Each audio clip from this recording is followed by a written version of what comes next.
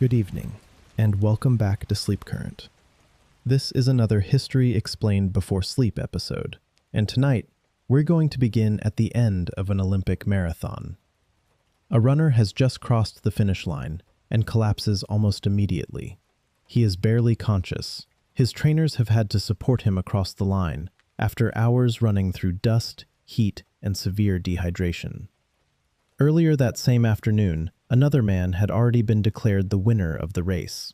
The problem was, he had traveled part of the course in a car.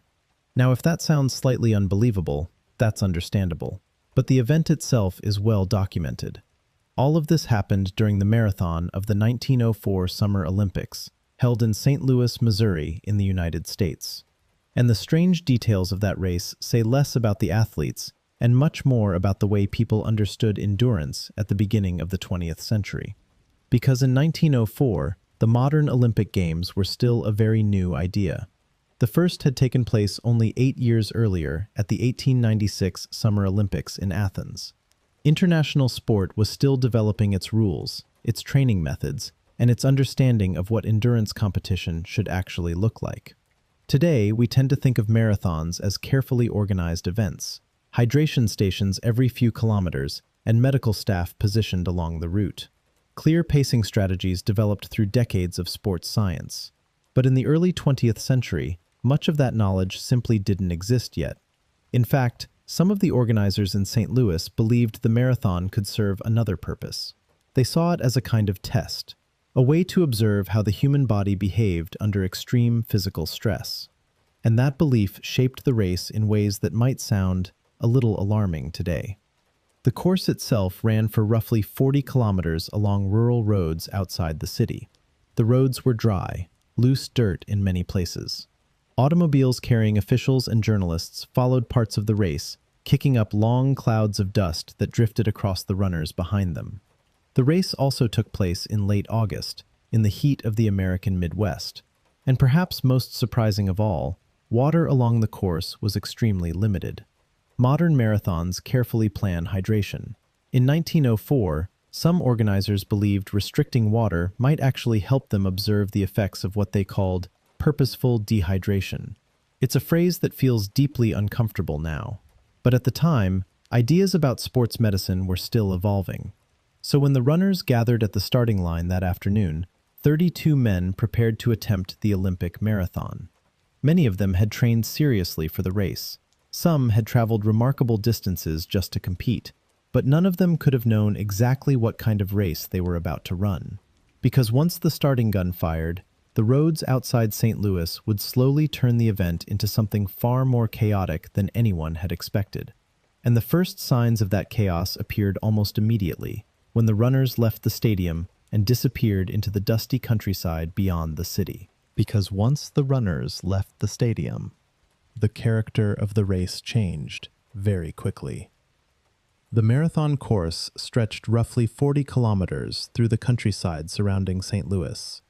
Instead of paved streets, most of the route followed dry, rural roads, uneven in places, loose with dust in others. Under ordinary conditions, that might have been manageable, but the race took place on August 30th, 1904, during the late summer heat of the American Midwest. Temperatures climbed into the low 30s Celsius, and the sun remained strong for most of the afternoon. Almost immediately, the runners began to feel the effects, and the road itself made things worse. Because the Olympic marathon in 1904 did not unfold on a closed course the way modern races do. Instead, the route remained partially open, and several automobiles carrying race officials and journalists followed along behind the competitors.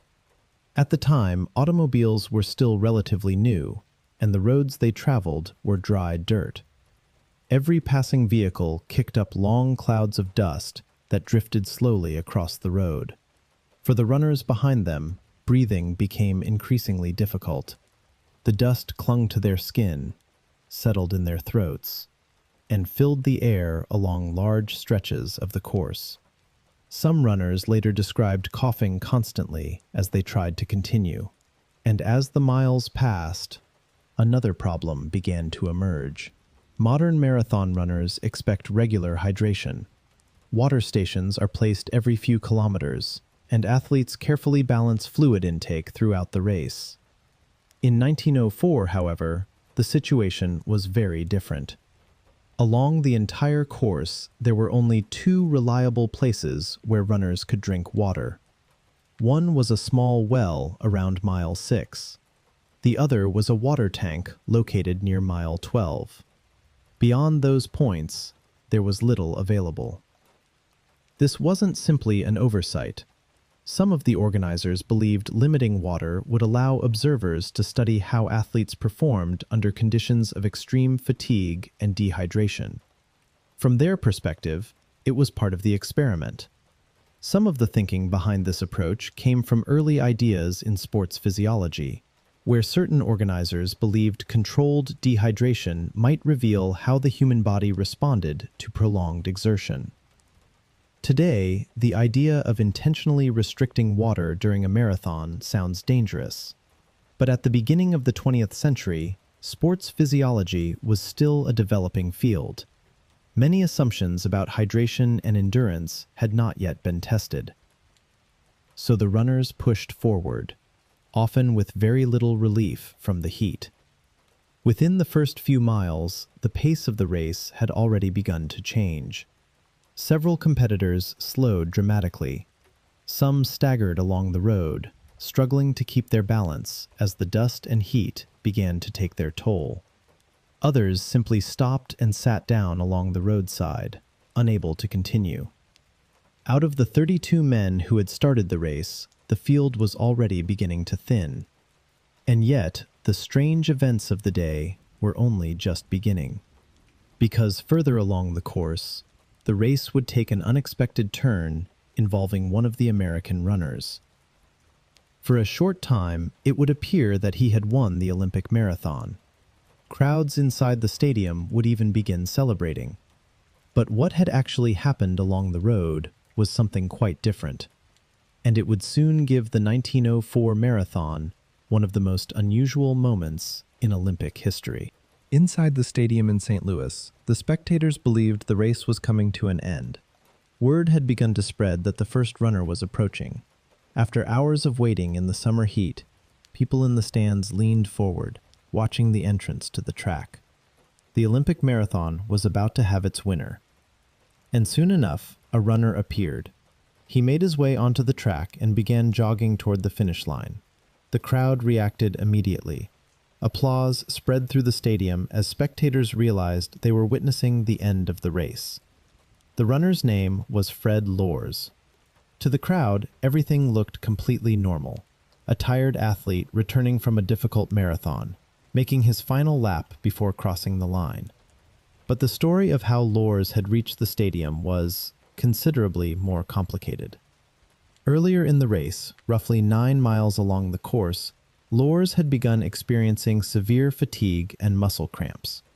Like many of the other runners that afternoon, he was struggling with the dust, the heat, and the lack of water along the road. Eventually, he stopped running altogether. At that point, according to several contemporary reports, Lors accepted a ride in a passing automobile. The car carried him along a significant portion of the marathon route, reportedly for around 11 miles. It was not presented as a strategy to win the race. More likely, Lors simply believed his race was over. But somewhere along the road, something unexpected happened. The automobile developed mechanical problems and was forced to stop.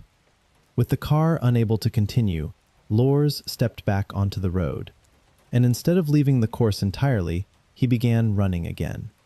By that point, he had already traveled a large distance by car, which meant he was now far ahead of most of the remaining runners. So when he eventually reached the stadium and entered the track, it appeared to everyone watching that he had just completed the Olympic marathon. For a brief moment, the celebration was real. Spectators applauded. Officials prepared to recognize the winner. Some accounts even describe Lors accepting congratulations from people near the finish area. But the confusion didn't last long. Along the marathon route, other observers had seen what happened. Reports quickly reached the officials inside the stadium that the apparent winner had not run the entire course. When questioned about it, Lors did not attempt to deny the story. He admitted that he had ridden in the automobile during part of the race. The decision was immediate. Fred Lors was disqualified. For a short time, he was even banned from amateur athletics, though the punishment would later be reduced. And just like that, the man who had briefly appeared to win the Olympic marathon was removed from the results. But the race itself was far from over, because while the crowd inside the stadium was still reacting to the confusion, the real competitors were still out on the dusty roads beyond the city. Among them was a runner whose race would soon become the most extraordinary story of the entire event. His name was Thomas Hicks, and what happened to him during the final miles of the marathon would reveal just how dangerous the conditions of the 1904 race had become. Out on the road beyond St. Louis, the race was entering its most difficult stage. By that point in the afternoon, the number of runners still moving along the course had become very small. The heat had grown heavier as the day progressed, and the long stretches of dusty road had already forced many competitors to abandon the race entirely. Some had collapsed and required assistance. Others had slowed to a walk before eventually stopping along the roadside. Out of the 32 runners who had started the Olympic marathon earlier that day, fewer than half were still attempting to finish, and those who remained were now dealing with the full consequences of the conditions surrounding the race. The heat, the dust, and the very limited access to water.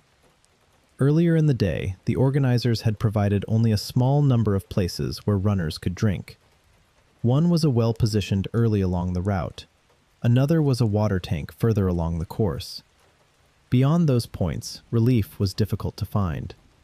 The arrangement reflected a set of ideas about endurance that were common at the time. One of the most influential figures connected to the organization of the Olympic events in St. Louis was James Edward Sullivan, a leading advocate of amateur athletics in the United States. Sullivan and others involved with the Games believed endurance competitions could reveal useful insights about the limits of physical performance. From their perspective, the marathon was not only a race, it was also an opportunity to observe how the human body behaved under conditions of extreme exertion. Today, that way of thinking feels deeply uncomfortable. Modern endurance events are designed with hydration stations, medical supervision, and strict safety procedures.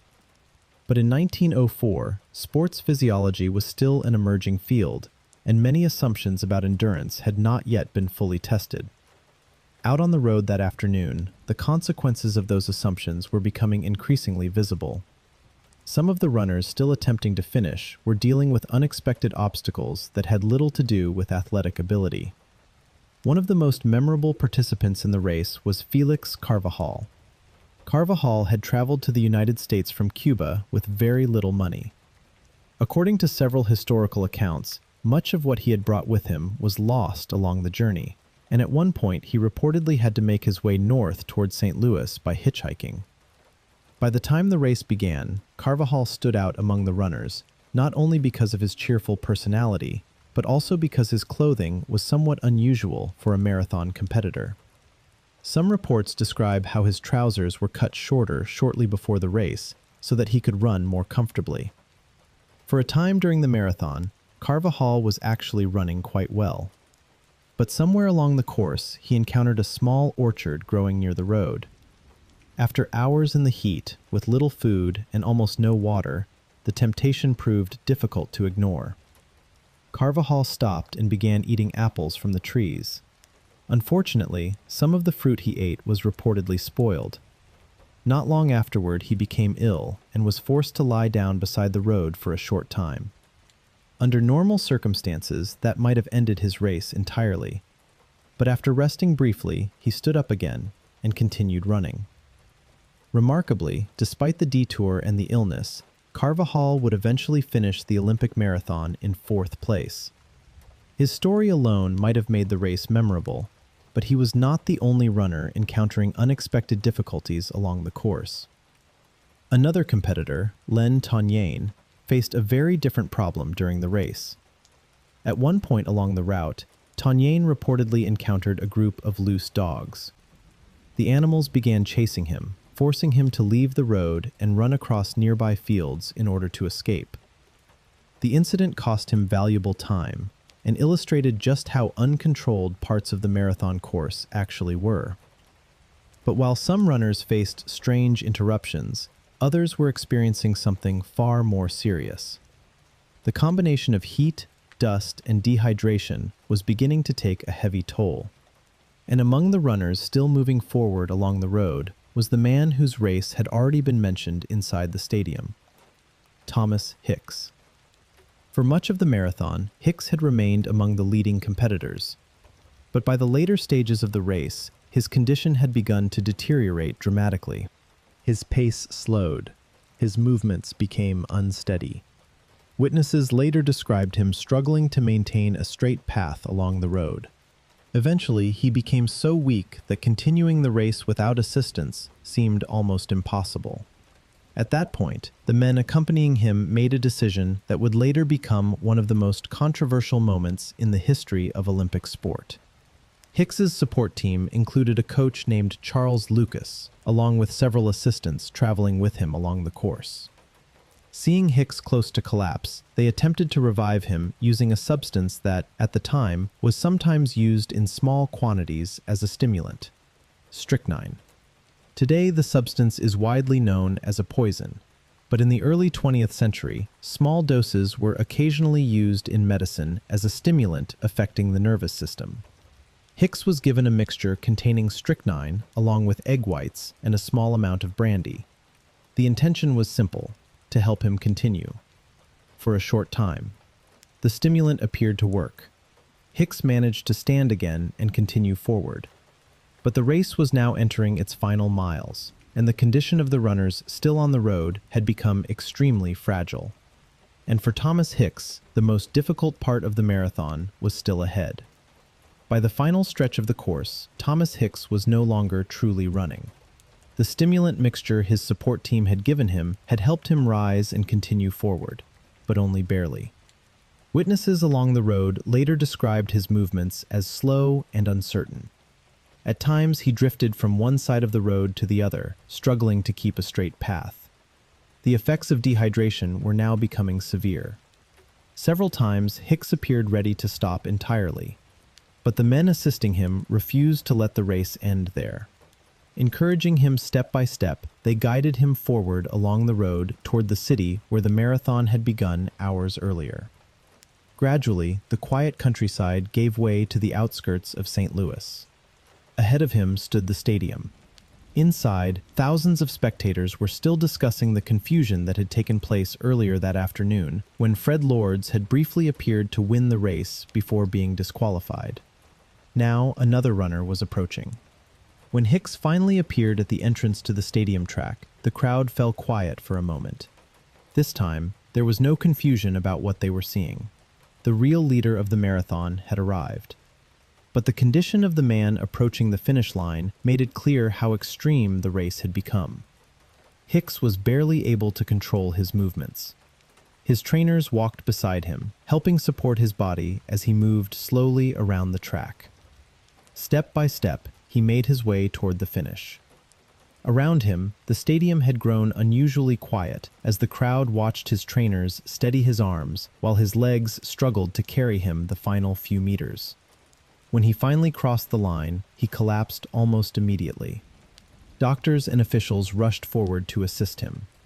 Later reports described his condition as extremely serious. During the race, he had lost close to 4 kilograms of body weight, a severe level of dehydration for an endurance event of this distance. For a time after the finish, there were genuine concerns about whether he would recover. Eventually, however, Hicks regained consciousness, and with the disqualification of Fred Lords confirmed, Thomas Hicks was officially declared the winner of the Olympic marathon at the 1904 Summer Olympics. Out of the 32 runners who had started the race that afternoon, only 14 managed to reach the finish line. Looking back today, the events of the 1904 marathon can seem almost surreal. A runner who briefly appeared to win after riding part of the course in a car. Another competitor stopping along the road to eat fruit from an orchard. one runner chased away from the route by loose dogs, and a gold medalist who required stimulant mixtures and physical support simply to reach the finish line. But these events were not simply the result of chaos. They reflected a moment in history when organized sport, especially endurance sport, was still evolving. At the beginning of the 20th century, the science of hydration, fatigue, and recovery was only starting to be understood.